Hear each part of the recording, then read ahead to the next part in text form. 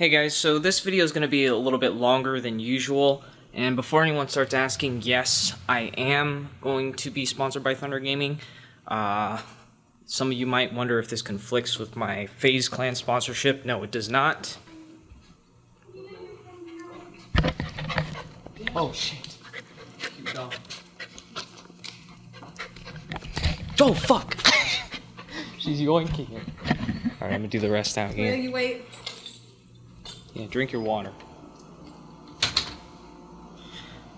Sorry guys, that was a dog. Oh, it's fucking bright out here. But yeah guys, me and Christian Bishop are actually best friends now. We're probably gonna go out to a very expensive lunch on him. But just watch out for that announcement, guys. And also, a little update. We're trying. I'm gonna see. I'm not certain if my beard connects with my mustache, but yeah, guys, enjoy the video. It's like an hour and a half long, but we go over all of the financials from the original Thunder Gaming content. The original Thunder Gaming CEO video is going to be privated, and I'm going to try to get the other ones that were also covering it without knowing the same financials that I know now. I'll try to get them to private or enlist that, and we'll see where we go from there. So, enjoy the video. You haven't seen the whole thing? No, I have. It's just been, obviously, I haven't watched it since December. If you wanted to go through the whole thing, I was going to watch it with you, and then we could talk about it as we went through it. Physically, as it pertains, I agree and understand what you're saying about the GG stuff, because the con man stuff is the biggest thing that concerns me. Yeah, that's the part where, like, you reached out and it affects your image, so I don't want to, like, waste your time talking about tweets that could be, perceived either way. Play through it, and when you think there's points to, like, pause, let's do that. So let's play through it, and then when there's a break, we'll pause and we'll discuss it, and let's have a conversation about each thing. And you challenge me where appropriate and ask questions, and we'll just have a productive convo about each thing. I'll just go ahead and play it then. Let me know if the audio level's fine. But what makes this specific business...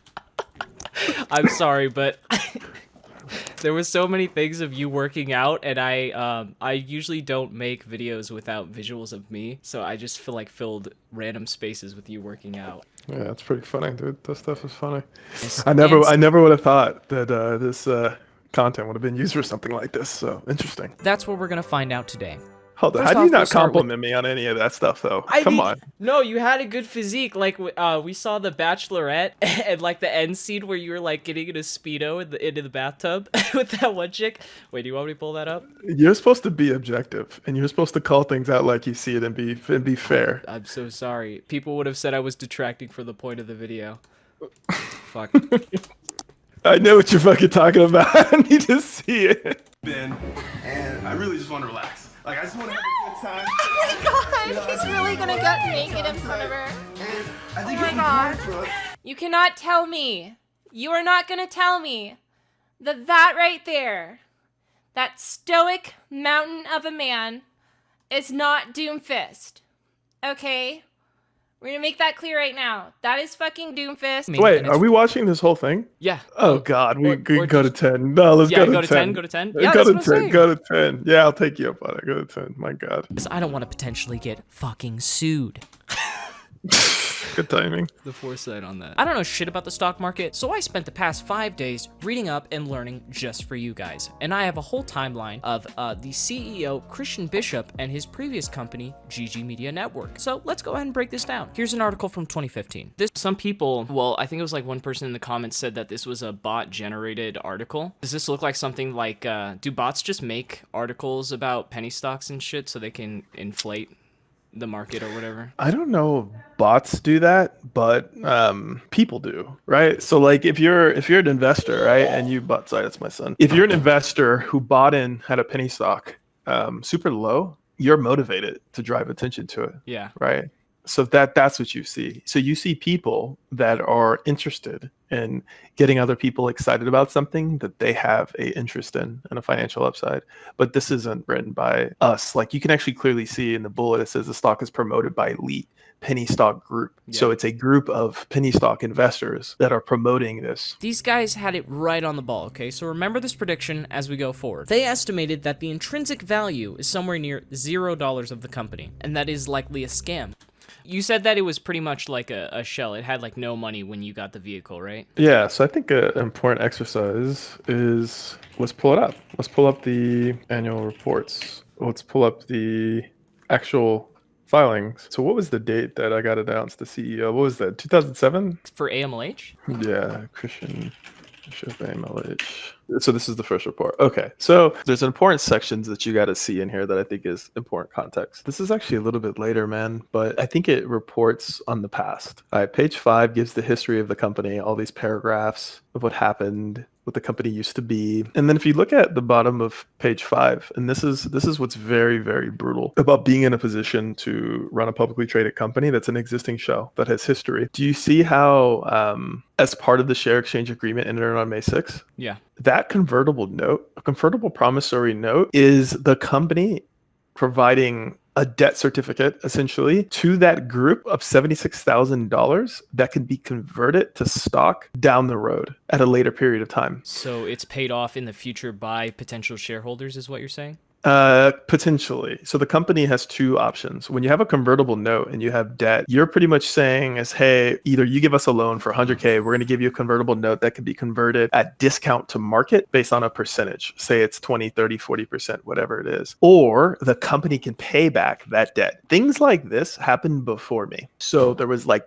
debt that was in place. And that is the end all be all, the death of anything run if you're ever in this position. And then you see on the top of page 6, it says, okay, in March, the company merged with GG Media Network, right? Which was my company that was created, which was just a basic old Delaware corp off of the GG Studios, like I mentioned to you before, my little old production company that I was trying to build with my partners, who you can see listed here. As a part of that process, we secured 4 million shares of preferred stock, which gives you controlling interest of the entity because preferred stock have a multiplier of voting rights compared to traditional common stock, which you see they gave 605 million shares of common stock. And then those were split up. So if you go down, you show the issuance of controls of stock of how it's actually issued. And this shows you what changed hands here from what was acquired and what was given to who, broken up by people. This is an important piece for you to see here. Do you see under my name, shareholder Christian Bishop? Yeah. This is all that I was given when I came aboard the business. They're like, hey, we're gonna take your companies, GG Studios, GG Media Network apply to us, but we're gonna give you shares in this public company that one day they'll be worth something. When all of this was going on, when everything was, when the company was struggling, I actually gave my shares. I gave a huge chunk of my shares back to pretty much disposing them, or I took them off the market. If you look here, you see where it was common stock, and then you see 148 million disposed. I actually gave them back because the business was struggling. So you were putting the stock that you got back into the company? Essentially taking them off the market so that public shareholders would see some type of benefit to try to deal with all of the bad debt and everything historically. I gave up a little bit over half of my position in the company to try to alleviate some of that pain. That was my attempt, but I'm trying to show, okay, so you see what I was trying to accomplish to do what I could to address things, even at my own detriment. But it wasn't just me. So my partner also did. So if you see Marielle did too, she gave up 148 of hers also. Okay. I think it's an important fact to point out when you look into the numbers of like intent and what's being done. And then this here, if you scroll down, debt conversions. This is the debt that was essentially put on. And you remember when I told you that I had investors that were said like, hey, we'll invest to give you what you need so that you can build your business? Yeah, you said they only paid you out like once and then kind of bailed. Yeah, it was like almost being like $100 and something thousand that they committed to, and that they were like stringing us along. They were like, we'll give you a little bit of money at a time. We'll give you a little bit of money. That's what this represents. You see the dates and how it's like 8K, 10K, 17K, 14K, yeah, 22K. These are their contributions. All within the span of a month? Different. Well, actually, let's go down. Oh, there's more.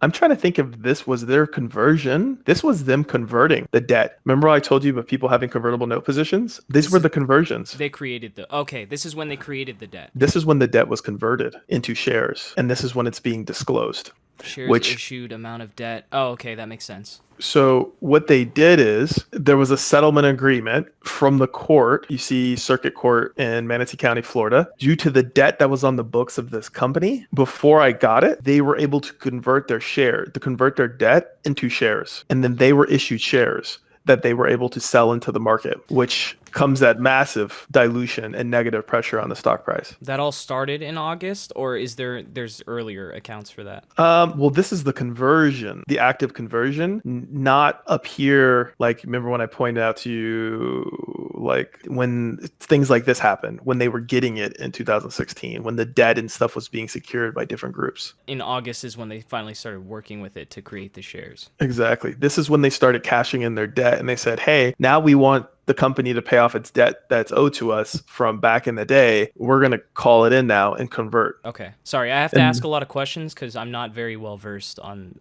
this, obviously, or else I would have done a lot better job. Yeah, no, it's okay. And even me, like it's obviously been years. So like I'm just going through this again, revisiting this and working through it in my brain. So but that's what's happening. That's what this represents. This represents people converting old debt that was on the company books to shares, putting downward pressure and essentially a noose around my neck in the company, and not having legal recourse to stop it because it's a court order. It's from the circuit court. What did your partner think at the time when all this was happening? Because obviously she gave away some of her common share as well to aid the financial situation you guys were in.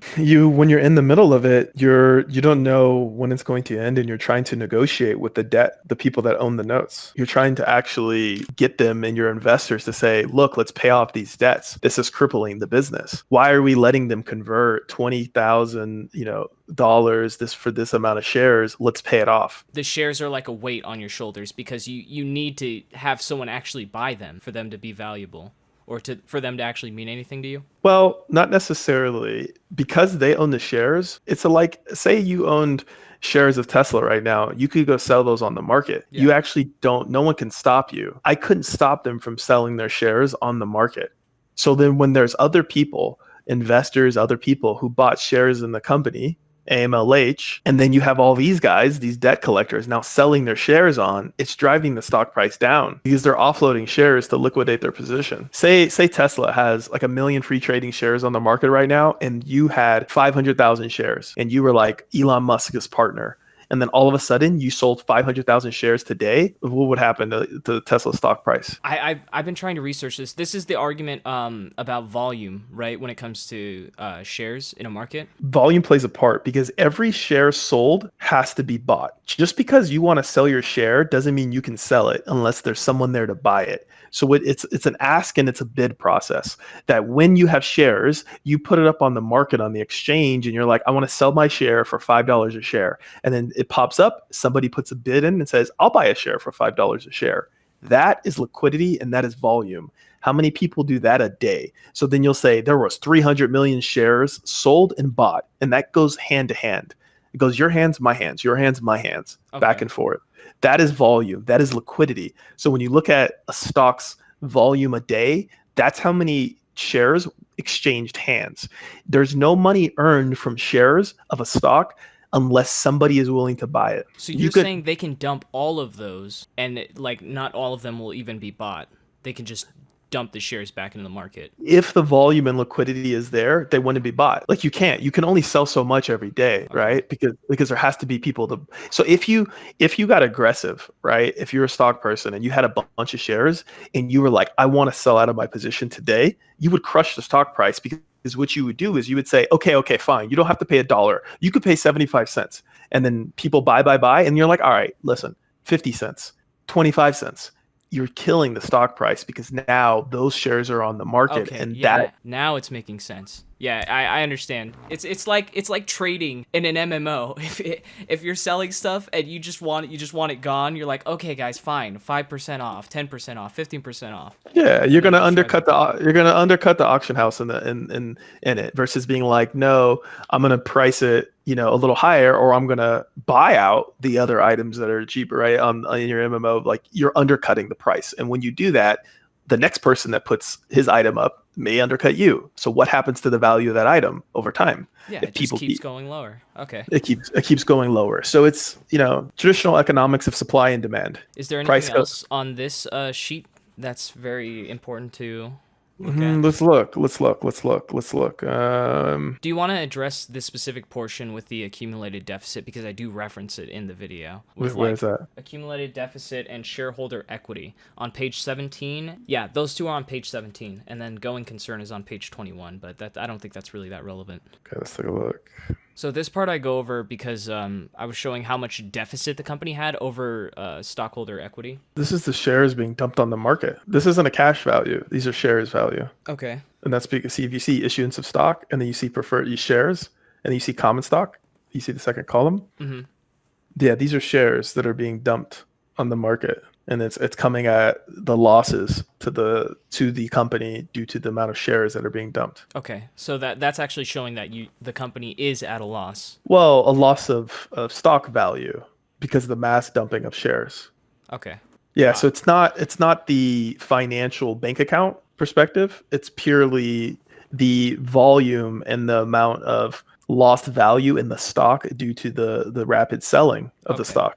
I think I wanted to address that because I think one of the misconceptions in the video was I took that as the company's value rather than the share and all this being dumped, because obviously I didn't know much between the difference between preferred or common, let alone that this was a separate entity in its own. No, yeah, look, it's obviously super confusing, right? Like it's almost like people get MBAs and like, run businesses. You pay people to do stuff like this because I mean, people are incredibly smart who like CFOs and accountants and shit that deal with financials, but imagine being 26 running a new company, and not knowing anything about this and now being in this position. It's like, don't do it, right? Like don't let your ambition allow you to put yourself in a position like that. Do you want to transfer back to the video and then come back to this if we need to? I do, but I want to see if there's the executive. Oh yeah, here it is. Operating expense. This is what I wanted you to see, man. Okay.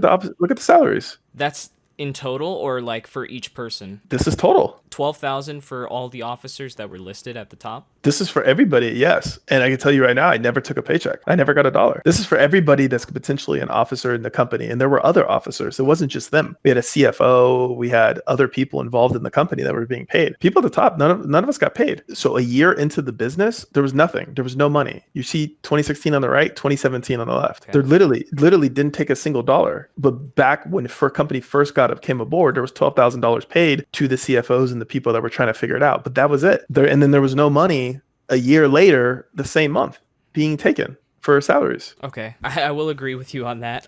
This is what I want you to see is like, it's important context to read between the lines, to be like, when you say like, hey, the guy's a con man, he got rich, he's making a lot of money from people. It's like, dude, not only did I give back half my shares for the businesses to try to deal with the debt of the company historically, but then we weren't even taking paychecks the entire time. Yeah, I think there was a lot lost in translation during that whole time period.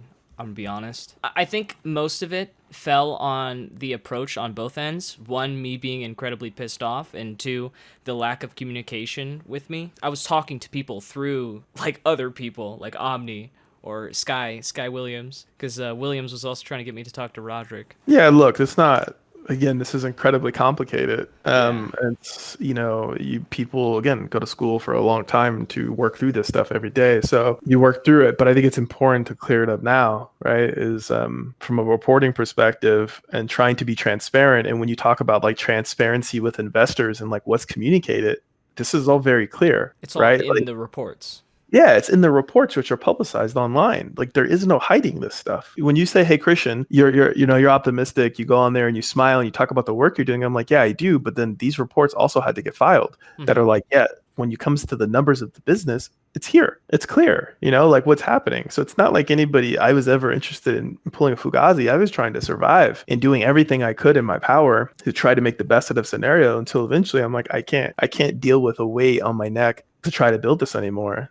At a certain point, you just have to walk away. How long are you going to work for free and getting... Yeah, and you already like dumped a ton of... You said you dumped like 150K to get that off the ground? Yeah, to launch GG, like my own money. Like I told you, I literally lost everything building it up and trying to get to the break into the industry to even be able to do something. And then imagine spending your life savings trying to build a business. You have investors that after you spend your life comes to you and say, okay, we want to give you more capital. And then you're sitting there like, oh shit, okay, like what do we need to do? Like, let's figure this out. And like, okay, then you get pulled into a public company that's defunct, that has all this baggage on it and debt, and they give you a little bit of money to continue to operate, but not nearly enough. And certainly you can't pay yourself. And that was it.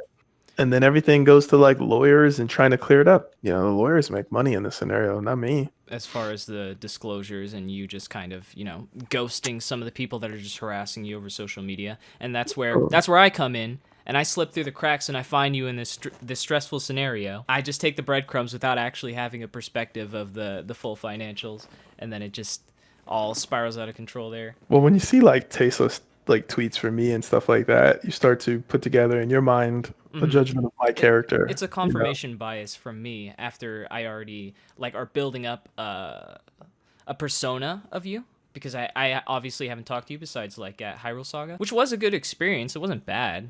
Like, it felt like a genuinely nice experience. After that event, I went to my friends and I was like, holy shit, like the CEO of Thunder Gaming just like offered me his equipment and stuff. What the fuck? Dude, and like that, it would be really interesting to hear anybody who's actually worked with me that says that they've had a different experience, because I honestly, that's the experience you had with me in person is genuinely how I try to treat people. I think Omni had the best take on it. It's just, you're too quick to jump the gun on social media and it kind of backfires on you. But I think you're probably learning, or you learned a lot of lessons from at least that first round. I try to work on it constantly, and that's one of the reasons why you see me like pause and why we haven't talked in so long, right? Yeah. Like it's interesting, right? Because it goes both ways. On one end, you're like, you're too quick to fire back. You give a response that wasn't appropriate. And then on the other hand, I'm patient and I'm like, don't jump and respond to something. And then you're like with our situation, right? Which is more important. So when it gets serious and important, that's when I'm really like, okay, pause, hold up. But then when you have something that's, you know, simple or not really that big of a deal, you may see a hasty response from me because I don't have that stop sign pause in my mind and like think through this a bit approach. And like, but yeah, growth opportunity for sure. Do you want to hop back to the video? Let's do it. So I'll stop stream. It's all you. That's going to answer a lot of questions, so you won't have to pause as frequently. On March 29th, 2017, GG Media Network merges with American Leisure Holdings, which we will from now on be referring to as AMLH, which is the ticker, the symbol that shows up on the stock market. And you look how I put the intense music in the background? You're good at what you do, dude. Royalty-free, intense music. Dude, it's the attention to detail is next level on a lot of things you did. Well, it was definitely rushed during the editing process, but there's some things I could have leveled out. I was kind of an asshole, I'll be honest. I was aiming for the holiday upload because I was like, someone messaged me. They're like, yo, you should upload this shit on Christmas. I was like, fuck, you're right. So that's why it was a little bit rushed, and right there, I had a little bit of a vendetta. You're a savage for sure, dude. And Christian Bishop became the CEO. And that also leads us to an announcement that he made on Facebook about it. We officially went public yesterday. We're a publicly traded company now, and we've created this company called GG Media Network, and our stock is up 33%. I have a question. Is there like a particular reason that you had to delete some of the Facebook messages, like where you were going to give like meetings for talking about the direction of the company and all that? Because I found a lot of like unavailable links. Yeah, so when I agreed to hand over all the business, I agreed to remove any reference to the company and delete everything, and also hand over all the social medias. That was a part of the... Was that more on their end? Like they wanted you to do that so they could disconnect you from it? Okay. Yeah. Oh, all right. Yeah. If you don't know how to read a balance sheet, I'm going to explain a couple things to you really quick. So the accumulated deficit is how much debt that they have, or how... The arrogance in my coverage of this part, I look back on it, I'm like, wow, fuck.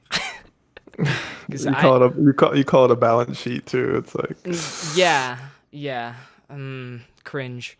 I'll just link back to the fucking shit we were talking about earlier. How much? The next thing that is most important is number 10 here. Let's pause there. This was also super important. The going concern part, or No. What you said the last point, like when you were saying like 1.284, like this is money they get from shareholders. When a company has stocks that are traded, there's no money that goes to the company. It's all in the ether, just like owned by the shareholders.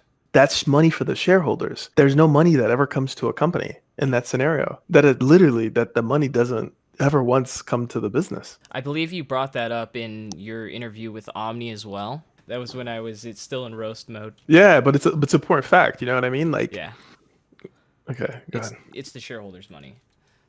Yeah, This was the deficit you said that was built by the dropping of the share prices. yeah, exactly. Because somebody's selling. But remember, every dollar earned or every dollar lost is someone else's gain because it's between everybody else. They're selling their shares. That's their right. Mm-hmm. That money earned is all yours. Or if you lost it and you sold it to them for $2 and you lost $3, that $3 loss is on you. It goes both ways. The axe swings. The company has earned limited revenue from operations in the current period ended March 31st, 2017. The company's ability to continue as a going concern is dependent upon its ability to develop additional sources of capital and ultimately to achieve profitable operations. Management is seeking new capital to revitalize the company. So this is important. Like this again is another disclosure to the point of trying to say things are tough. Yeah, that you guys act like this is literally saying that you guys have very little to no money and are trying to make the business profitable. Exactly. It is exactly that. On April 28th, 2017, a transcript of the live Facebook update promises new apparel, merchandise, and outlines meetings with DreamHack staff, NFL player Justin Forsett, Jeff Cuban, and it addresses the... Isn't Justin Forsett like your cousin? Mm-hmm. Yeah, he is. Okay. Yeah, I saw some people bringing that up. And the reason why I'm reading transcripts off of investorhub.advfn is because Christian deleted everything. He deleted the... And you explained this already. This was in part of the agreement in your switch. Or your removal from the company. Correct. Page. On May 3rd, 2017, there was a press release stating that Bishop appointed a new management team, one of which, Mario Reyes, in charge of day-to-day operations of the administration, resigned that same month. Was this your partner that was the lawyer? Exactly. And she just, like, dipped out, like, really early? Exactly, dude. So imagine that. Imagine that. You get in, and she's the one that proposed the idea. Oh, God. Okay. So then imagine trying to manage this, which is also legal. There's a lot of legal ramifications to it, and you lose your attorney. Yeah, so you're like walking on eggshells here. Yeah. Before you say or do anything. Now you're like, oh boy, now we lost our one lawyer. I mean, legal fees will kill you with any business, alone. This link from Investor Hub is a transcript of 3 of Bishop's Facebook Lives that include discussions on no plans to reverse stock split, an update on company info and name change, reasons for late filings, to go OTC current. Right here, the name change part. Was there ever a reason why you couldn't update the ticker for AMLH? Yeah, it's because of all the past information with the company. So when you have a stock, it has to be in good standing with OTC Markets. OTC Markets is the exchange that houses the shares, the buying and selling. So what they do is they'll put up a stop sign, or they'll say like, hey, this business is delinquent because it doesn't have the appropriate filings. It hasn't done the things that it needs to do from a legal perspective with applications. They have application fees that cost thousands of dollars that you have to pay as well. So there's a financial responsibility to paying them. Okay. So you can imagine when you don't have money. Yeah. Just putting the pieces together as we go. On May 22nd, 2017, the stop sign comes off as anticipated in the notification of late filing disclosure, and it goes from a stop sign to a yield sign. Whenever you are going to be late on your filing, you just give one of these. They'll give you a little bit of a grace period. Does this also cost money to do a notification of late filing, or is this just like a notice for your reports? I don't think this. Yeah, no, this doesn't cost money. I think you had to have your lawyer like put it together and you have to file it, but yeah, but it's not really, I don't think there's any financial impact for this one. Okay. I'm not really an accountant, so if any of this information is a little bit off, feel free to go and look into it yourself or call me out on it. That's fair. But for the most part, I'm going to try to give the most... I'm amazed no one called that out. Like, when I'm looking at the financial information, I say in the video multiple times, I have no fucking idea about financials. And no one took the time to really divulge your side of it with the quarterly reports. That's more concerning for that's what concerns me, is that like no one like stopped to think to look at the fucking financial report. Yeah, I mean, people don't do that. Yeah, I mean, it's more emotionally driven, right?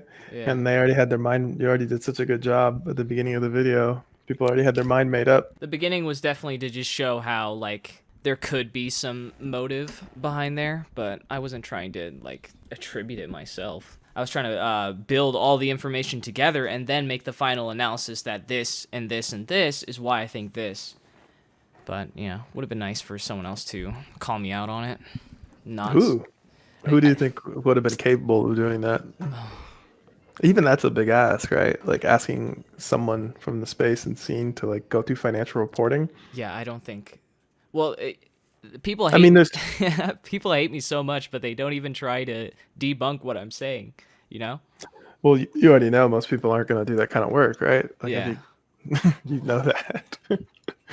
On June 6th, a schedule of all the lives that Bishop planned out on Facebook, laid out in the press release right here, goes all the way from June 7th to October 25th of the same year. You cannot find any of these down. We already went over this point.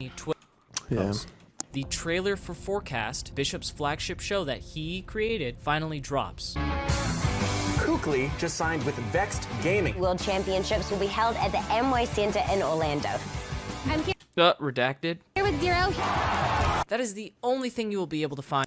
Did you also have to take down the forecast? Like I saw you did an interview somewhere with what was it? Cheese? Cheddar. Mm-hmm. Close enough.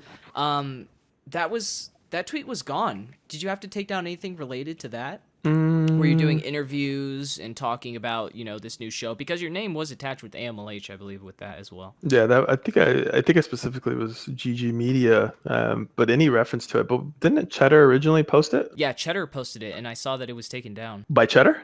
Yeah. Oh, that's interesting. Yeah, no, I wouldn't have had any control over that. I mean, Okay. Cheddar. Yeah, that wouldn't have been me. It was like a shareholder talking about how excited they were for the trailer, and then I tried to look above, and the tweet was gone. I mean, what happens in these scenarios is that like day traders and everybody you see at the bottom of this post who are buying and selling stock that don't even have profile pics, right? Like these are people that are in the ether of the world. Like look at the handles, no pics. They're just traders all day. Yeah. They'll be all over Twitter, like I mentioned to you. So like any post, right? Like if you went and post something of a publicly traded company of a penny stock and you tagged like their money sign AMLH, that's used to track anything regarding that business. You'll see that their entire shareholder pool flood the tweet and just be all over it. So Cheddar probably got a bunch of comments and stuff on it. Just hounding for info. Yeah, trying to get context. If the stock does well, they're happy. If the stock does bad, they're mad. You had a good thing rolling there. Like it gave off the same vibe as G4. I was kind of surprised that it didn't take. Like what happened with Forecast in the whole like pitching process for you specifically? We ended up getting rep by a firm called Wit PR that was working with Disney as well, and they were leading a lot of the pitching for us. So they were taking out to market. My consultant, I don't want to name drop him here, but you and I discussed that already. You know, he was pitching. I took it to my network of people and it just wasn't working for them, right? Like esports, in 2016, 2017, talking about video games, it isn't where it is today. It still is hard for a lot of people to understand it.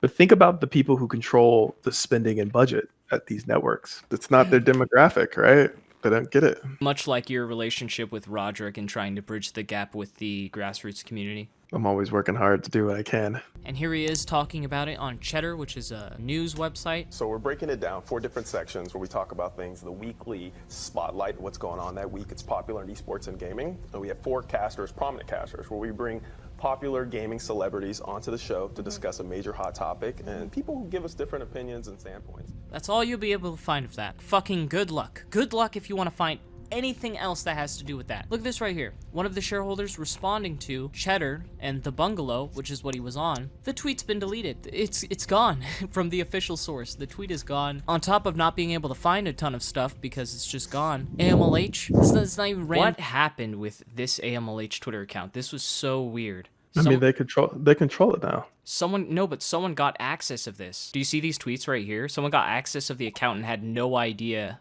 about like stocks or anything. But it's only one tweet, which is very random. And like just before it in June, the guy's talking about making it great again or whatever. Like just before it, like this was what, June, 2 months prior, and then he goes dark. I mean, I don't know what to say. I found that incredibly awkward. I was like, did this get hacked or was this just like a move by the people that still ran AMLH? But I don't know. That's super bizarre. But I mean, I don't see how that could be much of a. I mean, what kind of move is this? By anyone in the company. This doesn't fucking exist either. Big surprise. Sorry all, I don't know how, but I somehow have access to this account on my tweet deck. It appears to have been dead for a while. Open to recommendations for what to change. It could just be the. Oh, actually, there's context here. So I actually click it, and it says that it looks like the account used to be from a university that someone sold off at some point but never removed access on. Yeah, because that's what they're saying. It's just like on a TweetDeck web browser. Yeah, click it. Oh, no, you can't click that. Yeah. I could find it right now. But... I mean, if you want context. But yeah, it's whatever. On June 23rd, Jordan Edelson signs with the company as a member of the board of directors. He is a successful mobile developer, and you can tell he's successful because the links to his websites actually still work.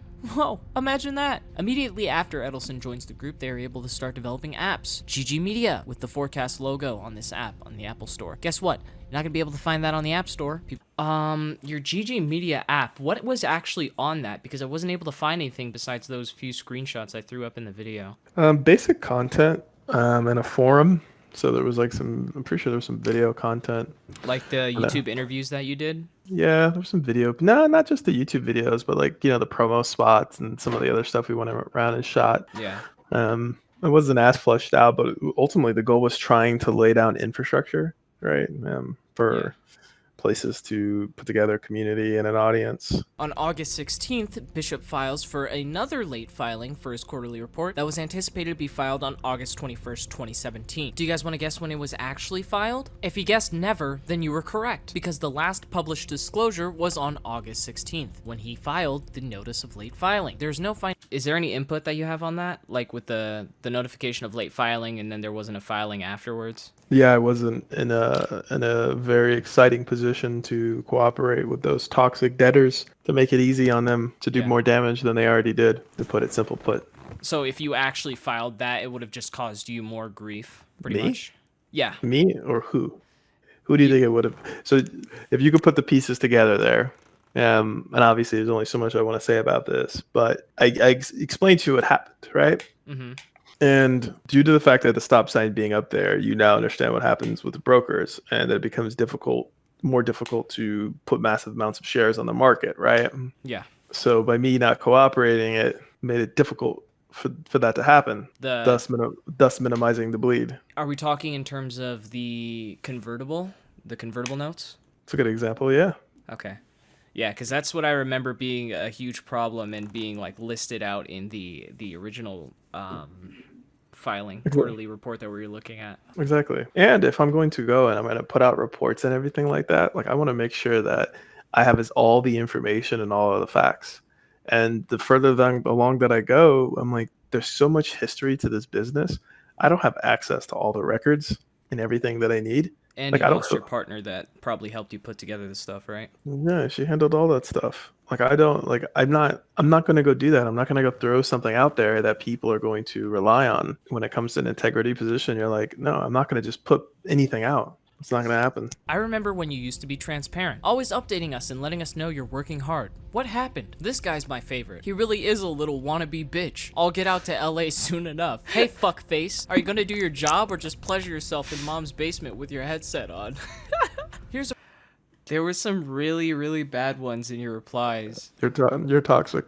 If I think about it, some of them if I think about how like social media and Twitter works, some of them might have been genuine, but others might have been hounding you, and then when they got blocked, they acted like they didn't do anything wrong, because some of them was toxic. You can imagine, man. I actually got... Why do you think I'm trigger quick to block? Yeah. Where do you think I developed this from? Yeah. I actually got in one of their group chats, and they didn't really seem too excited to even talk about it. They were just doing their, day-to-day stuff. Didn't seem like a nice space to be. Some would call it the cesspool of the internet. Because they're just all about money. And when you let money control your interactions, it gets incredibly toxic. And control your emotions and your happiness. I mean, that's what it's literally all about. Here's one of the things that I consider to be the worst part of what we're going through, and that is this direct lie from Christian Bishop. You see, the sixth... pause that. You're so toxic. Why would you do that? Why would you use that video? I needed B-roll. This is years later. WSOE, my after party after my Fortnite event, and I had game there in like Orange County, and you use this. I had no footage.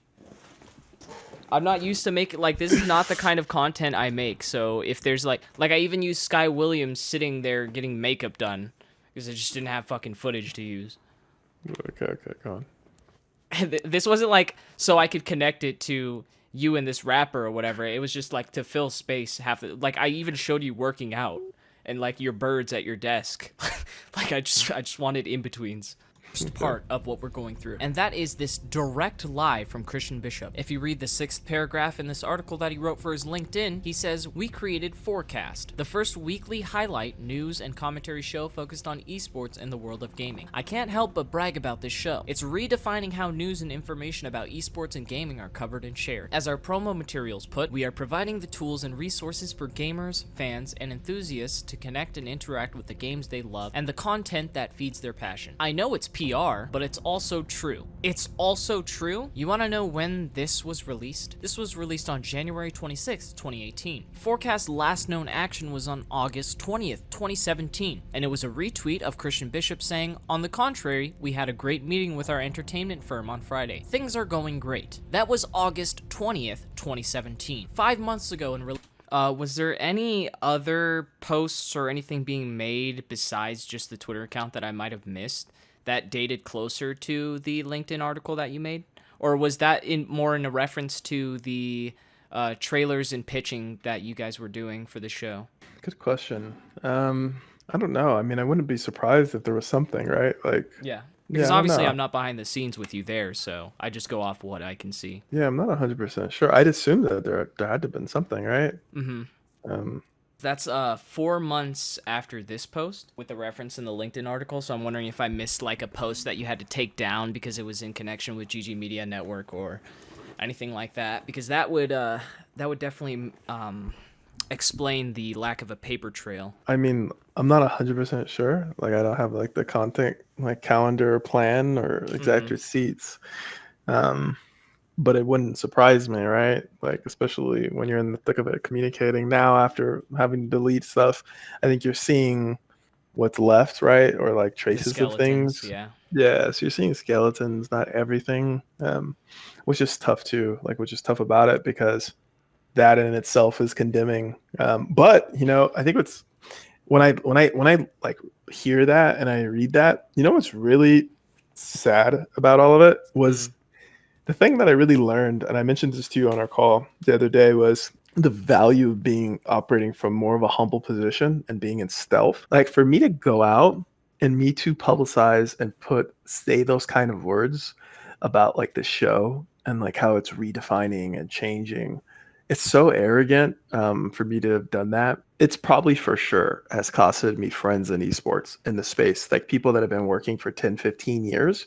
Like people at ESL and stuff that might have saw this, and it makes me cringe. I'm like, I was coming on the scene trying to do something and like going public and making these postings and stuff and these press releases, and it's just like, oh god, it's just I can really respect that new outlook on the situation. Like, even me, I go back a lot and see stuff that I've done, like when I first started making these kind of videos, and I'm like, I definitely went too hard. And like, even Omni, me and Omni are good friends now. Like, I don't hate I've made a video on Omni. I don't hate Omni. We're cool. Most of the time I ask, like when we're talking right now, this is why it's a good idea to put this out in, like, to replace what I had. I offer to take it down if we're like on good terms and, you know, there was some stupid shit in there. Most of the time people say, you know what, get your bread up. It was kind of funny. Just fucking, I don't care. But this clearly had a much farther reach than anything I've literally ever done. So I could understand if you actually, like, because it affects you personally and financially. Yeah, but even with this is it's traumatic, but in ways it's also interesting to kind of hold yourself accountable. You have to look at yourself in the mirror, right? Because and be like, either way, I shouldn't have allowed myself to be in the position. Like I shouldn't have trusted the people and been so hasty, young, and aggressive to try to just make things happen. I'm a run through walls kind of guy, right? Like that's what like I'm a BD guy. I try to like go, build, make things happen. But like I told you, like even with the Thunder stuff, is like we move too quick. You need to slow down, do things quietly. Don't go out like beating your chest and talking about everything you're doing. Take it easy, tranquilo, and like surround yourself by people who know. Be a bit more patient and meticulous. Because first impressions are important, and I think it's sad because in my youth and arrogance, you run out there trying to do things and talk about everything you're doing and the hard work, and it's embarrassing. It's like you might as well put on like a bunch of clown makeup because it's I've done that. you're not at that level. It's like you're not worthy. Like you're not worthy. Shut the fuck up. Sit down. Put your head down. Work, young buck. Be quiet. Earn your stripes. There's people that have been doing this much longer than you. Like, and it's. I think you came from like a solid perspective of I'm gonna kill it, I'm gonna be optimistic and do, but it just comes to bite you in the butt when things don't work out. Mentality starts getting a little bit more toxic. You start dealing with hate, and then shit just falls apart. Well, and also if your product is unworthy, right? Like at the end of the day, if the show was the holy grail of content, if what we were producing was so incredible, then the market would have responded. It's like the arrogance to think like what you were doing, to almost drink your own Kool-Aid, to think what you're doing like is amazing is what's really like sad. Like that's what like, oh dude, like, oh god. I think that's the common perspective that a lot of people, especially in the Smash community, had towards Thunder Gaming's production off launch, because what we saw was like this arrogant corporation that's coming in with all this money. Oh, they're gonna like regulate all this stuff, but they can't even do the basics that we've been accustomed to for pretty much decades. That's where a lot of the initial hate came from. I didn't care as much about that as I did when I found the breadcrumbs with the financials, but it's good that we went over this. Yeah, like about the Thunder thing, like, and this is important context, like Roderick David and the David family, and this is important that this is like included in this tech, like, okay, like he's really has sacrificed and his family a lot to try to support this, and doesn't come from the Smash scene, of course, but I was grateful because I'd rather have somebody that's willing to try it and say like, all right, fine, like, all right, kids, you can try to do your thing, and there's differences and it comes from a different world, but I mean, like, you have somebody who's genuinely opening their checkbook, providing everything from infrastructure, facilities to make it possible to do something, whereas I don't know about you, but do you know a bunch of people lining up to do that? No, not at all. Like, I don't. Like, I literally don't. Like, I sit there and I'm like, there's not like there's a bunch of options, and that's very telling. It's like Thunder never made money on this stuff, and Thunder's paid every one of its bills and paid people, has got people flights and all of that.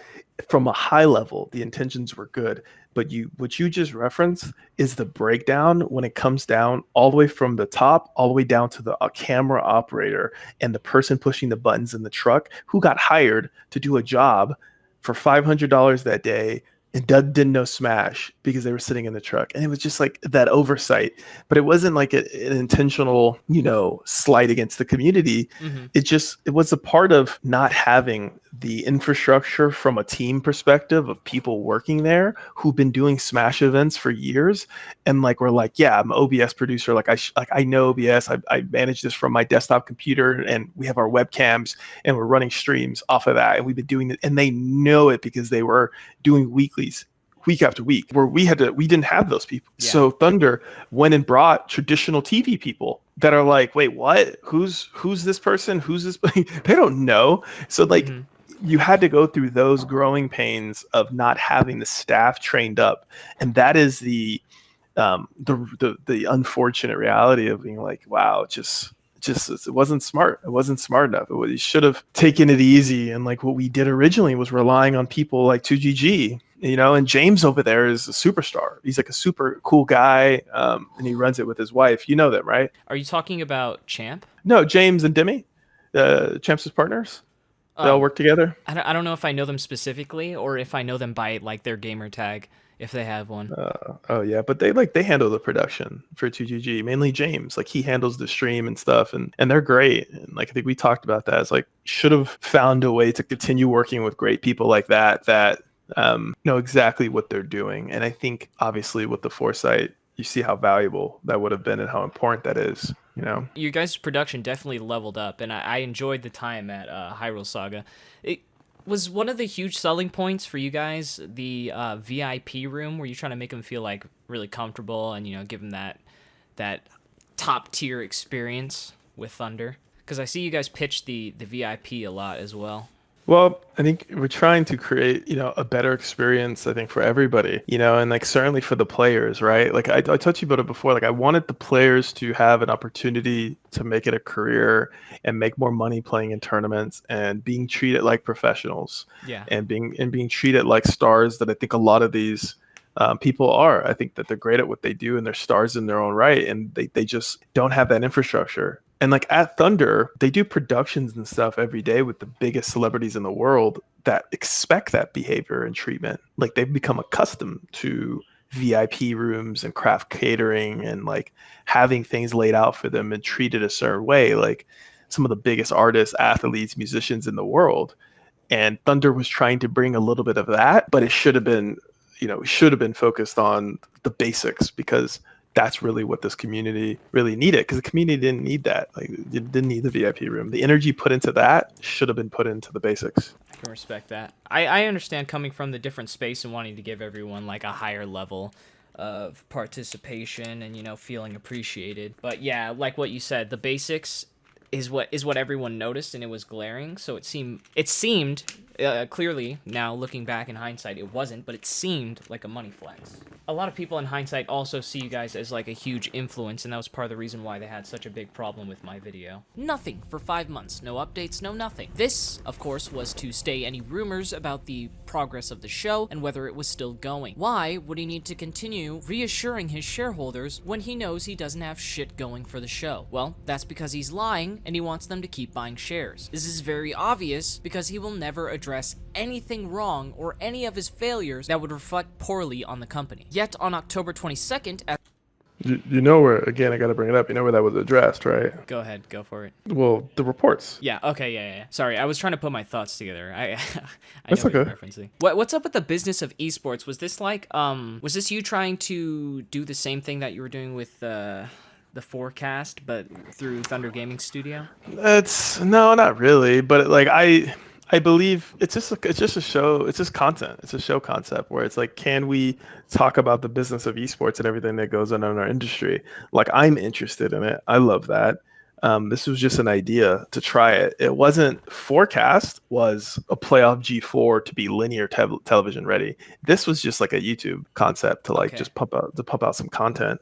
This was more like a passion thing for you. Yeah, exactly. Okay. Whereas the other thing was actually agency, sophisticated, like go pitch, and like you have your pilot and your decks, and this was just, let's do it. Let's just put some YouTube content out. Have some fun. When I saw pilot, I was considering like, oh, he's like pitching his own thing. He's trying round 2 since he's working with a studio now, but it makes sense if you were just, doing some YouTube content there.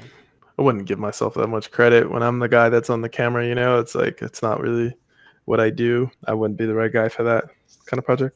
Understandable. On January 29th, AMLH enters a strategic alliance with Thunder Gaming and moves GG Media Network's headquarters there. But during that strategic alliance, Bishop was also appointed CEO of Thunder Gaming, and he would oversee day-to-day operations. Even though it was already happening beforehand, after this point you can see his involvement with GG Media Network and actually getting things done tapers off quite significantly. On March 2nd, GG Media is to help produce and manage 3 events. Some of this is available, but this would be the last thing that Bishop would ever do to help out GG Media. Is that false, what I said right there? Is that like when... Because I know you posted on the channel, I don't know which channel it was, but you guys hosted some like talks and events. What was it? Activision? Oh, you mean like we went and filmed interviews at different conferences.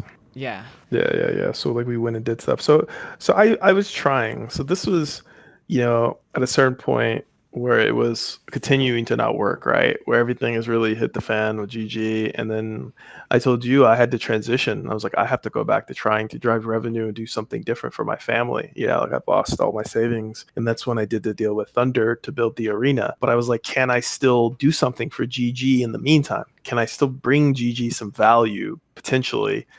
Because I wanted to. I didn't want to just cut bait and say like, okay, like you're done. I'm an optimist. I'm still trying to find a way. I'm still thinking, is there something that can be done here? Would Thunder want to like pay off the debt and take the public company and like do something with it? Like, is there anything to happen here? Because having the publicly traded company is still an asset. You still have a publicly traded company that can buy and sell shares on the market. To me, that is valuable in itself, despite the headaches to a certain extent, if you have the resources to deal with the headaches. If you don't have the resources to deal with the headaches, then it's crippling to you. Like a lawyer on retainer and funds, like something Roger could probably get fairly Yeah, easily. yeah, exactly. Whereas like, you know, a young entrepreneur who's out of their savings that doesn't have it, where a lawyer would be like, yeah, I want 10K a month to address that. That is a very big problem. But Yeah. when you're, you know, financially secure and running a successful, profitable business, that's probably less problematic for you, you know? There's a funny part here that I'd also want to get your opinion on. Interesting thing about this guy that he's... Yeah, this part right here. Oh, you toxic again. Toxic tech. There we go. Right here, Stephen Hayes. I was deep Low diving. blow. Alleged hammer attack on wife leaves venture capital firm's future in Dallas uncertain. After allegedly attacking his wife with a hammer after a night out, Dallas venture capitalist Stephen Hayes will have to work through a host of legal issues that could land him in prison for... In my defense, I tried to disconnect this from you at like in any way possible. Right at the end, I just thought it was funny to add. For 20 years, suspend his business license or at a minimum require some jail time. According Did to you an attorney. actually That's hold on? Stephen Did you go and Google each interview and like look up each person? No, I think while I was looking through I was trying to find, because so many links weren't working, I was trying to find like evidence of content that you did with GG Media, and in doing so, I think this was just one of the few that I actually Googled, and then I saw in the key search for him articles about this, and I was like, no fucking way. This is insane. It is. It's the story's really brutal. But he's actually made a good recovery. So he's sober now. He's with his family, trying to rebuild his family in Texas. So, but yeah, this is rough. GG Media Network, right under Christian Bishop, still repping it. He's got the mic right there. They even have their own little graphic, GG Media Network. These are the only things you can find related to GG. See there, I was like doing both. See Thunder in the corner? Yeah, I saw that. Yeah. Was there a reason that you upload? Oh, because you were the CEO of Thunder, but you were also still working with GG Media, so that's probably why you posted to Thunder, right? Yeah, it was because I was just getting started building with Thunder, but still wanting to give value to GG if I could. And like, why not? Like, why not? If I can. Yeah, because if the Thunder Gaming platform actually worked out for you, this could have launched a little bit more interest in GG Media. It was, you know, you're still in that lingo, right? You're in this transition phase where you don't know exactly what's going to happen with GG. You want to give value to it if you can, but Thunder is the one that, you know, was most likely covering the expense, you know, for like the camera crew and stuff like that. So I had to take care of Thunder. So they funded you guys going out and doing these interviews? Well, you have the equipment, you have all the crew and stuff. So yes, essentially. Okay. Media left. The esports activate. I said Activision. Fuck. And then screenshots and content here and there, because he's deleted pretty much everything else. But this he was proud of because, you know, I don't like this speculation that I'm about to make right here, just so you know. Got to be with all these really big people, and he wants you to know that. He wants you to know that he was networking with these people, so. I've realized after...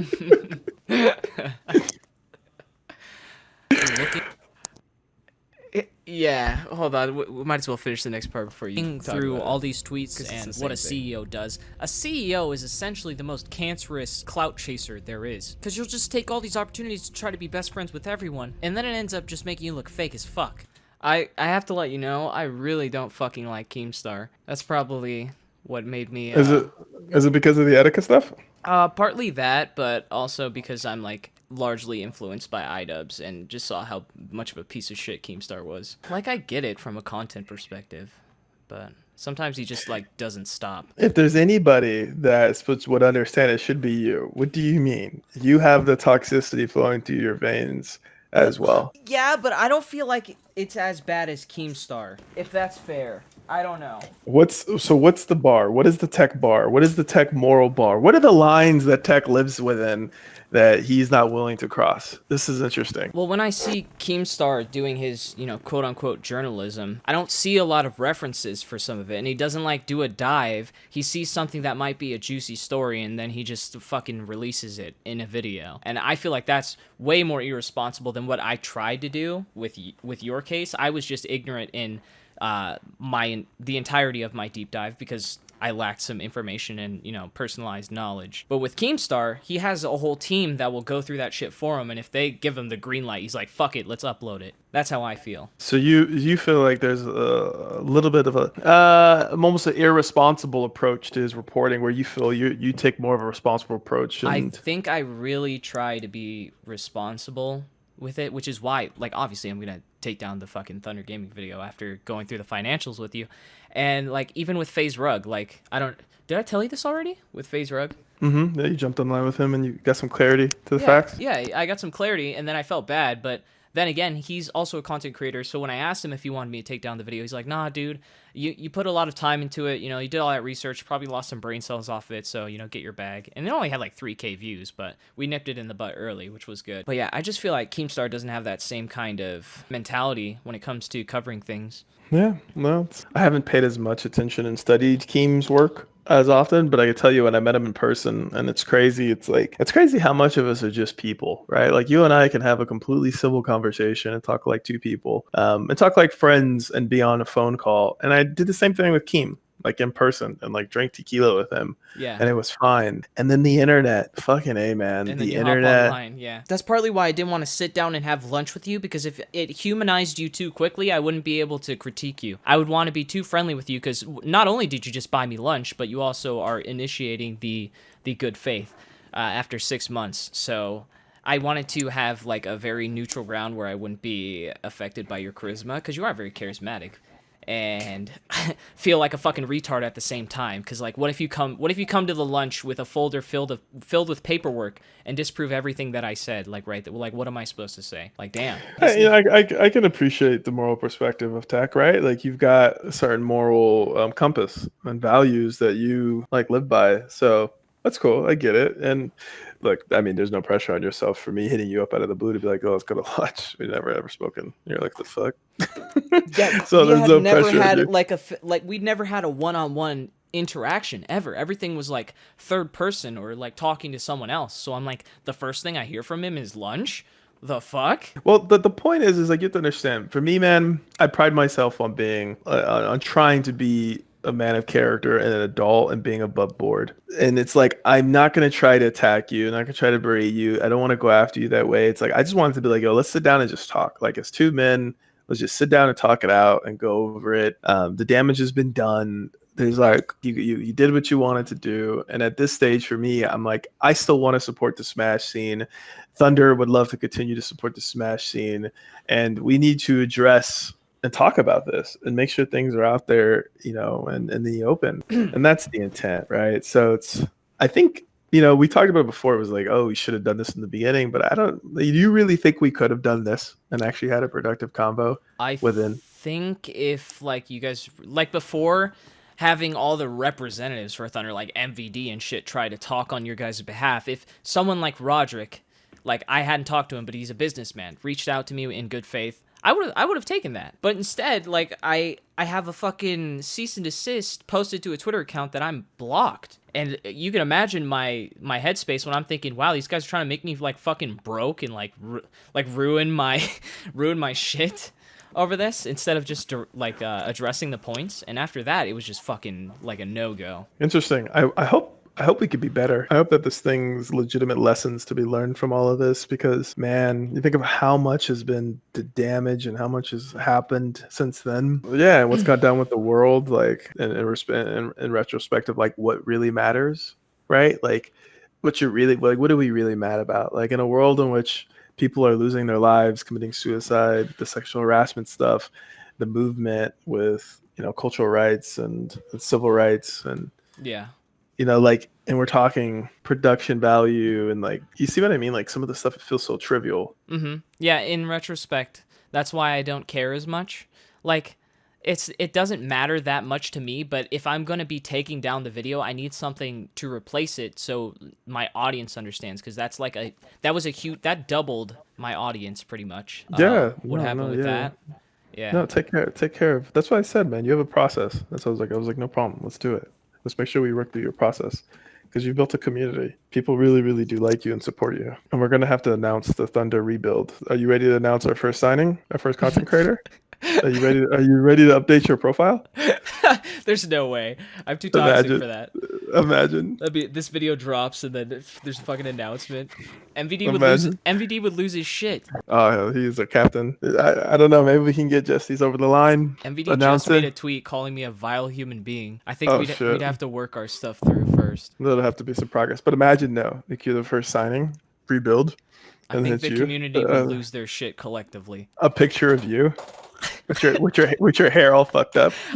I would actually I would be okay with it if you guys posted that as a meme, but oh god. All right, let's continue. Let's continue. Bishop was kind of ignoring his shareholders and doing anything in his power. I put your birds with their receipts here. I was I was trying to find footage. I'm not good at this kind of content, but I would like to try it again, possibly. My birds died, dude. They did? It died. One swam into the fish tank. Oh my god. Rip. Were those like how many pets do you have? Oh, I have my Lola, my multi-poo. Some saltwater fish. The birds. I had a rabbit. Rabbit's gone. I had a big dog. I wanted to get a rabbit too. See? Yeah. Could have given you the rabbit. Shit. I fucked up. In United States business law, a forward-looking statement or safe harbor statement is a statement that cannot sustain itself as merely a historical fact. A forward-looking statement predicts, projects, or uses future events as expectations or possibilities. It essentially just says, hey guys, these things are possible. We might be moving towards doing these things, but if he doesn't say anything that's set in historical fact, you can't really call him on it legally, but that doesn't mean he's not a misleading, lying piece of shit. Forward-looking statements are most commonly referred to when talking about the legality. Any comment? Toxic. Facts. But back to ignoring his shareholders. Don't worry about that, because Bishop, enjoying himself, living the life in Hollywood, summer pool party time. He has time for pool parties, not enough time to file his business license, make his company current so they can actually make money. None of that. No, he's the CEO of Thunder Gaming now, so why would he have to worry about that? He's also the CEO of AMLH, but what? Let's not get into details, guys. Come on. Don't worry, because that same month he was doing pool parties, he comes back, lets everybody know, GG Media Network, still fighting, guys. We're still fighting. I'll handle the financials, business license, stop sign, ticker, and name change. He is not a liar. No official update, no press release, nothing you can hold him to, just forward-looking statements, but he's got it, guys. He's a CEO, he knows what he's doing. He's trustworthy, credible guy. Oh, this is where I want to stop. The pool party shit is not like important to address at all. It's like, enjoy your fucking summer. I don't care. Fuck, what is this again? The money, the cost. This is the thing. Cost of the business license, yeah. Yeah, it had to be paid. So this is a screenshot that's saying that this is what you owe to file the business license? Yes. Along with the late fee and all that other shit. It's fucking $3,000, and you just didn't have it, which is why it was kind of a roadblock for you after you were trying to keep fighting for GG Media Network, but the costs were getting too much. All the filings were you were by yourself on that, so.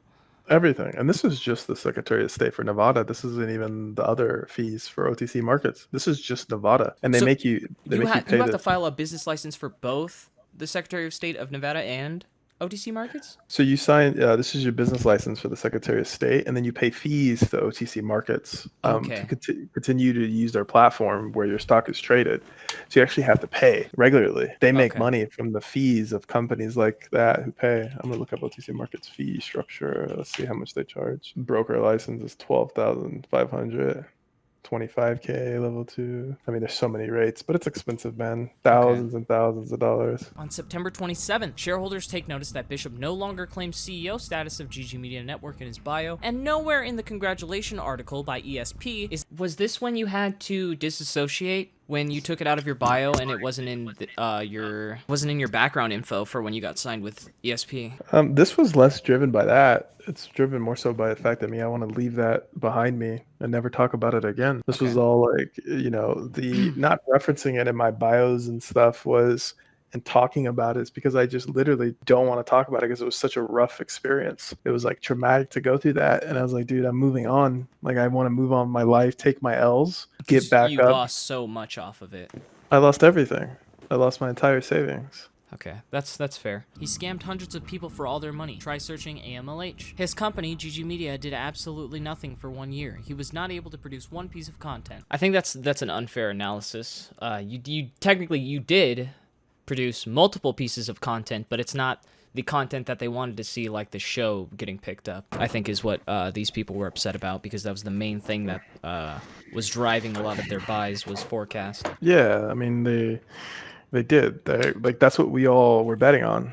Like, we all bet on creating a show, which we did do. We created a show, we created a pilot, we did the work, and we tried to go sell it. Someone didn't buy it. Yeah. We tried. And you even said that you weren't the one that was pitching it. It was the people that you were working with.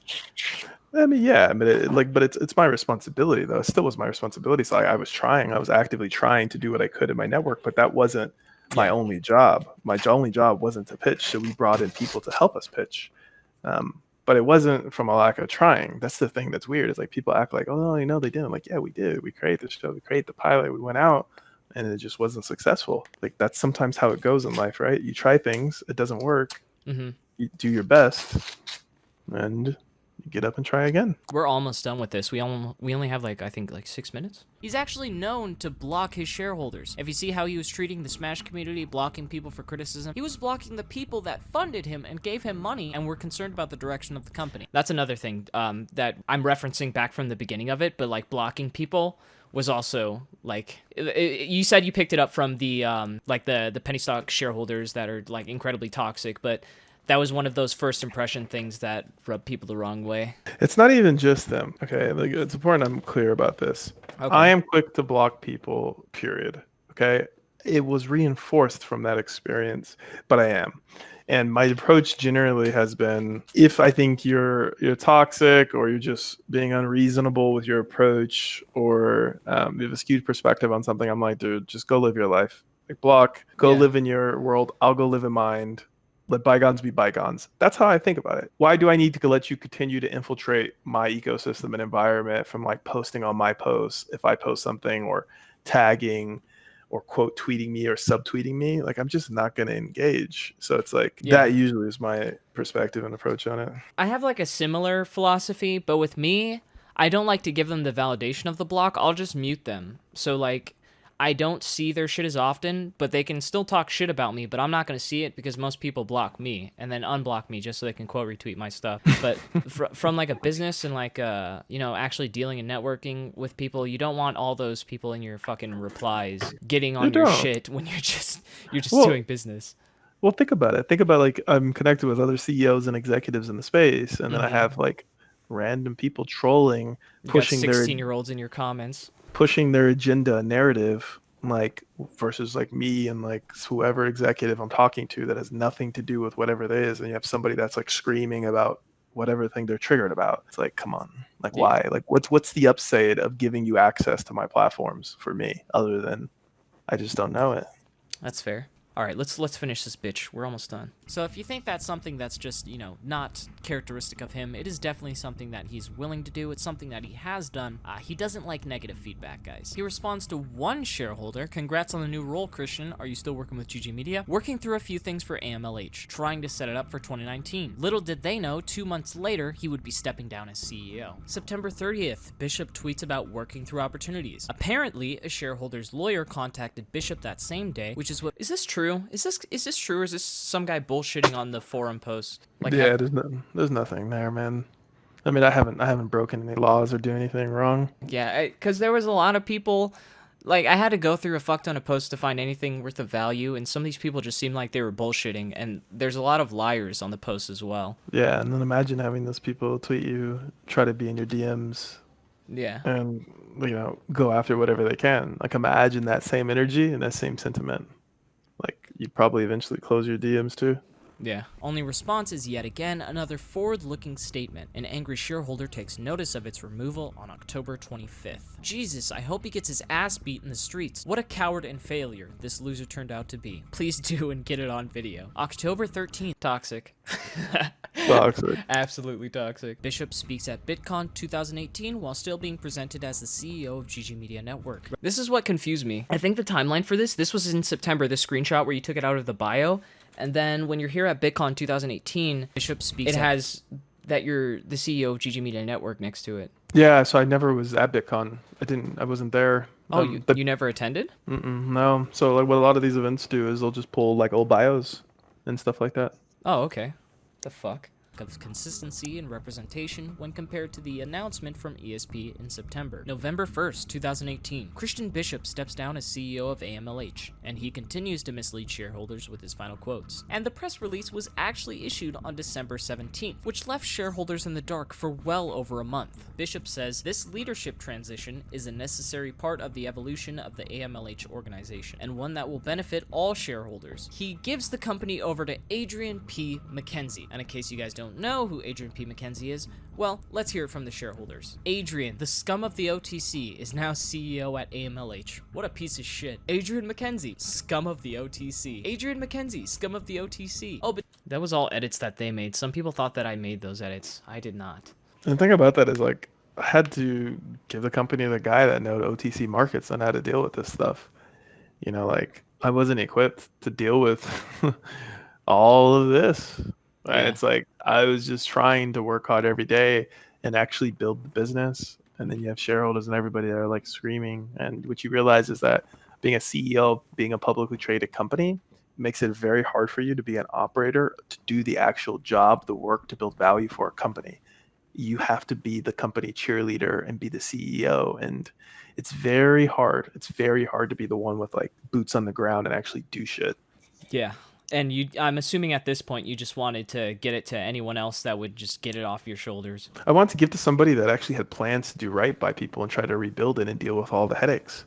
I was like, I had to find somebody that's like, do you actually know how to deal with this stuff? I wasn't going to give it to another 26-year-old kid like I was when I first got this. I was like, no, I wasn't going to do that. I need to find somebody who has experience in OTC that can figure out how to generate some value. Yeah, I don't know what's up with Adrian P. McKenzie. My deep dive on him only went so far, besides him acquiring Neo Superwater and then the deal being just fucking gone after a little bit. But don't just take their... Yeah, this is the only thing that I knew about Adrian P. McKenzie that made it look sus, besides what they were saying, that he was scum, was they used Neo Superwater, but then it got terminated. I don't know if you knew anything else about him that, besides his experience in... What was it? Reverse stock split? I've never even met the guy in person. The market did. I don't know him like that. Guess how the market did. Shit. Guess how the... Go the fuck away. Okay.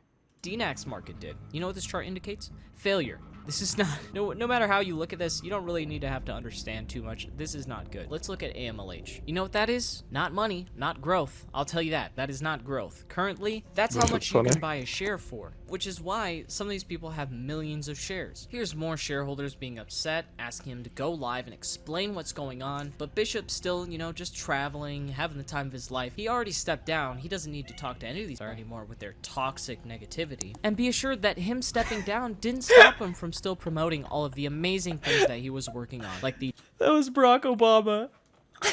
Wait, bring it back? I missed it. Go back. When I'm saying you were stepping down, and this is him like... Him stepping down didn't stop him from still promoting all of the amazing and things it's him tripping. Wow. Like Why you gotta bring our boy in here? You're like a lighter skin Obama. That was the joke. Come on, Tech. You have a responsibility. Is you can't that a go bad after thing? him. Is no one safe from you?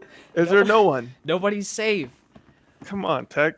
I thought it was a compliment. He was the leader of the free world. Come on now. I'll take it. He's a good guy. All right. November 8th event with Ninja, Logic, and Rick and Morty. While he was still active on social media, he refrained from telling his shareholders that he had stepped down, depriving them of the information that they so desperately crave. Now, this is a man that had a bunch of Facebook Lives to update shareholders pretty much every single week, and near the end of his career, he goes completely silent, ignores his shareholders, and then moves... Sky, when we were talking about this video, he's like, oh my god, you put me in the video. Fuck. Yeah, this guy probably hated that. And Yeah. him getting his makeup done. Yeah, he's like, I feel guilty now. Moves on to Thunder Gaming to become hopefully a successful CEO with the backing of Thunder Studios and Roderick. Now there's two ways to lie. You can directly lie by saying that something is true when it's very clearly not, or you can lie by omission. You can lead people on, never tell them the truth after putting thousands of dollars into your pocket. This is false. I'm just stating that now so I can put that in the video. It's a false statement. Link back to the conversation with the reports. And then you have the definition of a con man. A man who cheats or tricks someone by gaining their trust and persuading them to believe something that is not true. That is how the CEO of... I was very particular in my word choice. I didn't... some people were calling you a scammer, and I was like, I didn't call him a scammer. I called him a con man because he specifically... Not because I didn't understand financials too well, and I didn't want to get too deep into that, but specifically I wanted to make the connection that people were believing something that wasn't true because of what you said. That was the major takeaway from the video. And that I was gaining from convincing people of something that was false. Yeah, I get the sentiment, and I sensed you're trying to be careful with words. I am a definition man. Yes, you are. Thunder Gaming. Christian Bishop is a con man. He led on his shareholders, never letting them know the truth, and then leaving them behind with nothing. A shell of a corporation with Adrian P. McKenzie, known as the scum of the OTC. Christian Bishop led on hundreds of people, thousands through social media, to believe in him, pushed his flagship show, never worked, nothing worked out for him. He was a failure of... I kind of went hard here. I kind of went heavy-handed here. I was one of the shareholders right here. I feel like I was taking the perspective of the shareholders, talking through like a shareholder lens, if you will. Yeah. To believe in him, pushed his flagship show, never worked, nothing worked out for him. He was a failure of a CEO for AMLH and GG Media Network. But he doesn't want you to know that. All he wants you to do is hyper-focus on the connections that he was making, when he could have been filing his business license, going OTC current to actually make his company profitable. Now, what is he doing? He's going around having meetings with a bunch of huge figures, buying out commentators, buying out players because they're not used to anyone having an ounce of money to give out. And it's all a publicity stunt, because the second that he finds a bigger and better opportunity, you guys are going to be left to dry. And that's proven false by the very fact that we're having a conversation right now about getting back into Smash. Well, you weren't completely wrong. Not entirely. I was a failure of a CEO for AMLH. Like, unfortunately, I wasn't able to bring that company back from the dead. Like, I wasn't. Like, I wanted to try my best, but I just wasn't equipped to do so. Didn't have the experience, knowledge, or the money to really revitalize it and pay off all of that debt. So it's true. Like, that point was. I was referring more to the point of you not caring about the Smash community and like jumping ship. Oh, yeah. Yeah, because from this lens, in this video specifically, the headspace I was in, it was that it wasn't about the Smash community, it was about that you got another opportunity in the gaming space, and this was just another way to generate revenue. Yeah, no, that one's not so accurate. He didn't care about the people that gave him money in his startup, which was his passion. What makes you think he'll care about you? Doesn't care about keeping his website updated, doesn't care about the thousands of dollars he lost. Who was in charge of the Thunder Gaming website? Because it was just littered with, mess. We outsourced it. We outsourced it to a third-party company that definitely doesn't know Smash, but didn't have the sense of urgency to maintain it for the type of public scrutiny that I was under. Right? It wasn't like an internal resource. So like you're like hitting up a third party to be like, hey man, fix this, fix this. They get to it when they can. It's not perfectly fixed. Okay. Yeah, that's why I skipped that, because it's like it's just nitpicking. And a lot of people point that out. They're like, you could have made this video without the first 10 minutes. And I'm like, yeah, but I'm also doing like an entirety of the entire situation. I want you to understand like both the production side and why people are upset, and then go into the financials. It was just weird to me because there's like 404s and just really random shit out of place. Yeah, it wasn't managed well. All right, we're almost done. Lost all those people. That guy that pressed the importance of writing a paycheck to someone to help continue their livelihood. Imagine taking away entire paychecks. Imagine taking away multiple paychecks. Take that away, and then you have Christian Bishop, the con man at Thunder Gaming. I just hope that all the people that believe... This was you and like a bunch of children when you went to like a middle school. I think I found this on Facebook. Yeah, I was like speaking... I do a lot of mentorship work there, yeah. If you look right... I was going to do a meme here where I was going to text track... Smash community over the children. Like with the faces? Yeah. Just like put Smash community over the children's faces or like MVD You or should, something. yeah, you definitely should have. For one, it would have been funnier, but more relevant. But also just to blur the kids' faces out, because they're kids. Yeah, that was shit.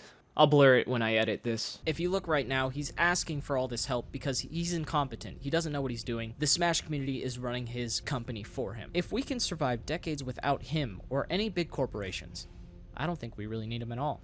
I say we do the reverse of what he's been doing to people for years. Squeeze him of all his money and leave him to dry. Thank you guys for watching, and I'll see you next time. Toxic. Pretty good work though. Pretty good work. It was just, the call to action of the video. It's a whole video essay, so. You wrapped it well. It's almost like it was like a well-written script. I had no script for this entire video. You ad-libbed the entire VO work? Yeah, I just, I opened every URL that I needed and then went down chronologically and just kind of, just did it.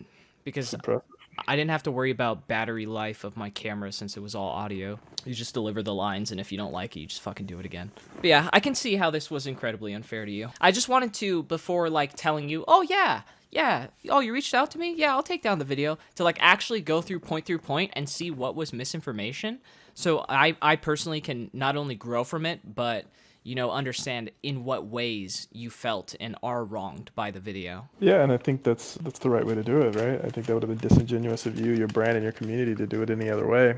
Yeah, because I couldn't explain it to anyone. I'd be like, oh, I took down the video because Christian Bishop messaged me. They'd be like, oh, so you're a pussy. Like, he was just kind of nice, and he bought me, like, carne asada fries, dude. Calm down. So he bought you. So Thunder paid you off. So Thunder paid you off. Oh, so you're just like everyone else. No, that's not what I'm saying. Yeah, but you don't want the horde to turn on you, man. Mm-hmm. Well, also, if you want, since I'm mutuals with both Memology and Upper Echelon Gaming that posted those videos about you, I could contact them and see if they'd want to unlist it or private it. Any of those gestures that you would be willing to do would be appreciated, but I'd leave that to you, man. I also still have the contact info of the guy from the Score Esports, so we can see.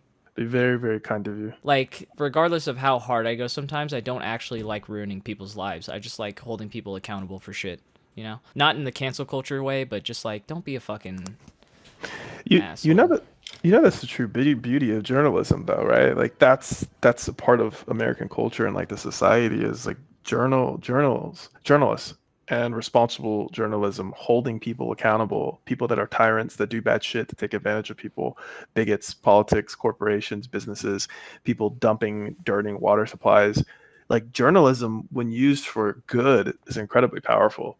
And, like, that would be dope. Like, that's what I was telling you. Like, if you can find a way, dude, to just use your gift because you have a gift and do what you do, man, from a positive perspective, like, you could actually do like the damage you did, you could do, but good. That's crazy. Think about how powerful that is. The thing is like, from my perspective, not everything is a hit. So when something does pop off and then I'm like, well, fuck, everyone watched this one and no one watches the other ones, or like something funny or something positive that I might try to make a video about. And then, that's just how the fucking dices are. This is something I only worked 9 days on and was not expecting to be as big as it was. I'm dealing with the consequences of not spending enough time learning finance. Well, I mean, I'm exhibit A for that, right? Like, look at me. Like, I dealt with the consequences of my bad decision to ever get involved in the first place, and look how much I paid for it, right? Like, I paid for it and I continue to pay for it. Like, I lost everything financially, business partners, deals. I have people in the industry that I don't even know that has never spoken to me, but are probably successful, who saw those press releases and then in their mind have like a negative perspective of me and been like, yeah, that arrogant shit, like Reddit, like, oh, GG, like esports, like, who the fuck does this guy think he is? Yeah. Like that makes me cringe. I'm like, people that I don't even know who were involved then, like who saw that, and then like the people who've seen this, like, I've continued to pay for these mistakes, and that's why I want to like leave it in the rearview mirror, learn from it, and just like fuck, move on, dude. I can respect that, man. I try to do the same thing with my content. Like, there's no point in being arrogant and just like, nah, fuck you, the video did good, you can go suck a dick. Like, you're just being disingenuous at that point. Like, you don't even care about what you're talking about. I genuinely cared about covering this because I thought I had like a really good lead, but there's no harm in changing your opinion when new info is brought to light. I think that's the true beauty of it, right? Like that's the point. I think there's obviously sides to it, and ability to be able to admit that and show that you could be flexible actually reinforces your conviction otherwise, right? Yeah. Like when you do say something, like as a matter of fact, because you've shown that you can actually have a constructive conversation and consider other points. What's your move now? I know Thunder still might be trying to have some moves in the Smash game. They've been kind of quiet lately, but... Well, what's kind of crazy is that from what happened with everybody leaving the roster and then COVID hitting, it actually like lowered the burn and the expenses of the whole situation. Okay. And the business. And everybody just wanted to quit on their own. So, and then COVID hit. Yes. So it's like, that was crazy. But, moving forward, I think the question is like, how can we continue to be a part of it? I don't think the community wants us, as in Thunder in the scene, period. I don't think they do. And I want to make sure that whatever happens from a Thunder perspective, it's like actually listening this time and being meticulous and not being hasty. And it's like, I think, well, if you think of it from this perspective, a lot of the people that hate you are also my fans. So, and you know how opinions work. If I change my opinion and I'm like, hey guys, this is fucking stupid. Like, stop. What are you doing? They're going to be like, oh, you're right. Okay. Oh, we'll give him a shot. If you're going to give him a shot, we'll give him a shot. And I saw EE's video that he made 3 days ago. Now 4 days ago. It was talking about how I like single-handedly fucking ruined Thunder Gaming or whatever, but he still thought that Thunder Gaming had potential to run some really solid stuff with the kind of resources that you guys have. So I don't think a lot of people, even when all this shit was going down, a lot of people weren't throwing you out. They were actually upset because of how much potential was in Thunder Gaming. That's interesting. And I think we should definitely continue to talk about it, like either way. But, I'd like to find a way to continue to be involved. I just don't know which way to do it is. Like there's a lot of really awesome people in the scene who've been investing in the scene for a long time. Whether or not it's like VGBC, 2GG, even BTS. Mm-hmm. You look at like Combo Breaker and what those guys have. I love BTS. Is that a real fucking thing, or are you talking about the Korean pop band? Oh fuck, I cut out for a second. I was making a BTS joke. Oh, what'd you say? I thought you were talking about the Korean pop band. It's I can't help it, huh?